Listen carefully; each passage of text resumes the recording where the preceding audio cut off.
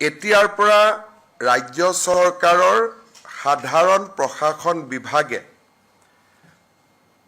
আধাৰৰ যিটো state level verification আধাৰ card দিয়াৰ আগতে কেন্দ্ৰীয় চৰকাৰে ৰাজ্য চৰকাৰৰ পৰা ভেৰিফিকেশ্যন বিচাৰে আৰু এই গোটেই প্ৰক্ৰিয়াটোক তদাৰকী কৰাৰ বাবে ৰাজ্যৰ সাধাৰণ প্ৰশাসন বিভাগক নোডেল ডিপাৰ্টমেণ্ট হিচাপে কেবিনেটে আজিৰে পৰা ঘোষণা কৰিছে। ইয়াৰ উপৰিও প্ৰত্যেকখন জিলা পৰ্যায়ত এজন এডিশ্যনেল ডেপুটি কমিশ্যনাৰক আধাৰ এনৰোলমেণ্ট ভেৰিফিকেশ্যন অৰ্থাৎ কোনোবাই আধাৰৰ বিচাৰিলে তেওঁক প্ৰপাৰ ভেৰিফিকেশ্যন কৰা হৈছে নে নাই সেই গোটেই প্ৰক্ৰিয়াটো তদাৰক কৰাৰ কাৰণে জিলা আয়ুক্তই এজন অতিৰিক্ত জিলা আয়ুক্তক দায়িত্ব প্ৰদান কৰিব। GAD ডিপাৰ্টমেণ্ট আৰু ADCৰ পিছত আধাৰ দিয়াৰ আগতে ইনস্পেকশ্যনৰ বাবে আজিৰে পৰা ৰাজ্যৰ চক্ৰ বিষয়াসকল দায়বদ্ধ হ'ব। যেতিয়া এখন এপ্লিকেশ্যন UDI অৰ্থাৎ যি আমাৰ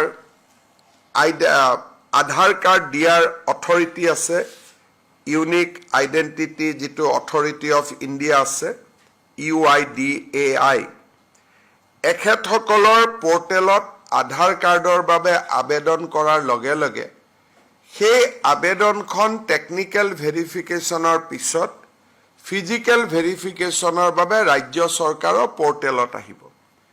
চাৰ্কল অফিচাৰজনে প্ৰথম এই আধাৰ কাৰ্ডৰ আবেদনখন পোৱাৰ লগে লগে তেওঁ প্ৰথমে চাব যে ৰাজ্যৰ ৰাষ্ট্ৰীয় নাগৰিকপঞ্জী প্ৰণয়নৰ সময়ত এই ব্যক্তিজনে বা এই পৰিয়ালটোৱে বা তেওঁৰ পিতৃ মাতৃয়ে আবেদন কৰিছিলে নে নাই।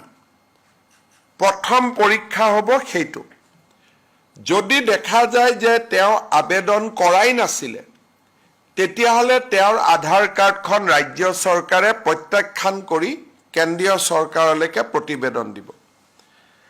আৰু যদি প্ৰমাণিত হয় যে নহয় তেখেতে NRCত নিজকে ভাৰতীয় নাগৰিক বুলি আবেদন কৰিছিলে তেতিয়া আমি নেক্সট ষ্টেজলৈকে যাম আৰু যিটো ফিল্ড ইনস্পেকশ্যনৰ ওপৰত উচ্চতম ন্যায়ালয়ৰ যি নিৰ্দেশ আছে সেই অনুসৰি তেওঁলোকক ফিল্ড ভেৰিফিকেশ্যন কৰি ভাৰতীয় নাগৰিক এখেত হয় এই ধৰণে সম্পূৰ্ণ প্ৰত্যায়িত হোৱাৰ পিছতহে তেখেতক আধাৰ কাৰ্ড দিয়া যাব।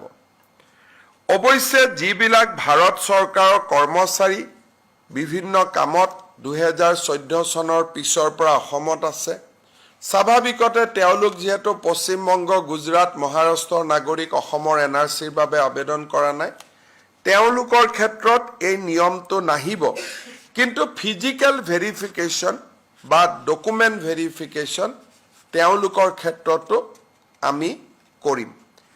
ইয়াৰ ফলত ৰাজ্যত আধাৰ কাৰ্ডৰ প্ৰদানৰ ব্যৱস্থাটো আমি অলপ টনকিয়াল কৰিব পাৰিম আৰু কোনো ধৰণৰ সন্দেহযুক্ত নাগৰিকে যাতে আধাৰ কাৰ্ড ল'ব নোৱাৰে তাৰ অন্তত আমি কিছু প্ৰতিবন্ধকতা সৃষ্টি কৰিব পাৰিম। এই নিৰ্দেশ আমাৰ বহু অপেক্ষিত নিৰ্দেশ আছিল। চাৰ্কল অফিচাৰসকলে নাজানিছিল যে কেনেকৈ আমি কাক আধাৰ দিব লাগে কাক দিব নালাগে। আজিৰ পৰাই এই SOPখন কাৰ্যকাৰী হোৱাৰ লগে লগে চাৰ্কল অফিচাৰসকলে এটা নিৰ্দিষ্ট তদন্তৰ মাজেৰেহে আধাৰ কাৰ্ড দিব পাৰিব। এইটো এতিয়াৰ পৰা আৰু স্বয়ংক্ৰিয় ব্যৱস্থা হৈ নাথাকিব যেন আধাৰ আবেদন কৰিলেই আধাৰ পাম তেনেকুৱা ব্যৱস্থা হৈ নাথাকিব। আজি কেবিনেটে ই এটা খুব ডাঙৰ আৰু গুৰুত্বপূৰ্ণ সিদ্ধান্ত গ্ৰহণ কৰিছে আৰু আপোনালোকক মই এই